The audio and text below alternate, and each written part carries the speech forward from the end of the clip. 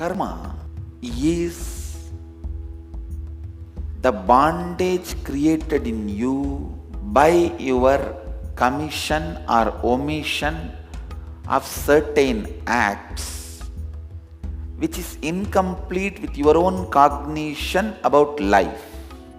Now, how will you liberate yourself from this karma, free yourself from this karma?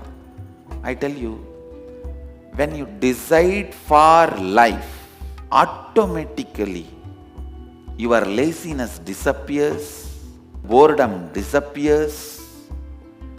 Again and again and again, tirelessly standing up.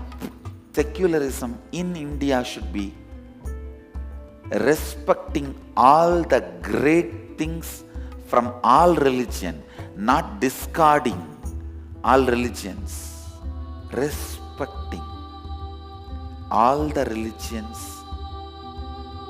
spiritual traditions as unique. Now I am reinventing myself and updating myself. All spiritual traditions are unique. All spiritual components of religions are unique. And they should all be respected as sacred.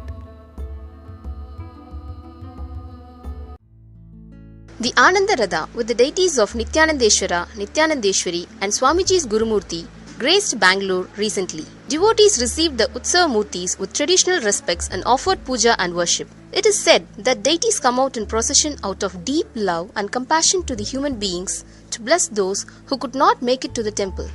Many, including pregnant mothers, kids, the elderly and passers-by, had darshan and received arati, healing and blessings.